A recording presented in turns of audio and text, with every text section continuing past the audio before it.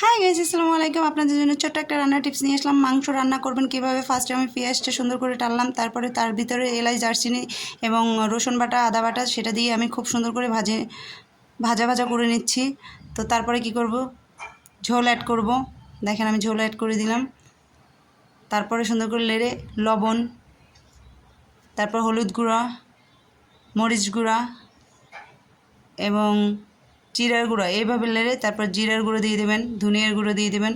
সুন্দর করে লাড়বেন যাতে করে এগুলোর কাঁচা গন্ধটা যেন না থাকে। ভালোভাবে লাড়তে লাড়তে ভাজা ভাজা ভাজা ভাজা করে নেবেন। দেখেন আমি কীভাবে লেড়ে লেড়ে ভাজা ভাজা করতেছি। তারপরে পানি অ্যাড করে দেবো একটু।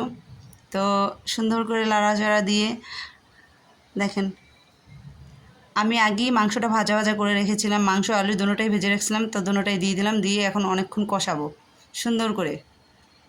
অনেকক্ষণ না, জাস্ট 1 মিনিট কষালেই সুন্দর হয়ে যাবে। তো কষানোর পরে আমি ঝোল অ্যাড করে দিলাম। ঝোল অ্যাড করে দিয়ে পরিমাণ মতো ঝোল দেবেন আপনাদের, তারপরে ঢাকনা দিয়ে দেবেন।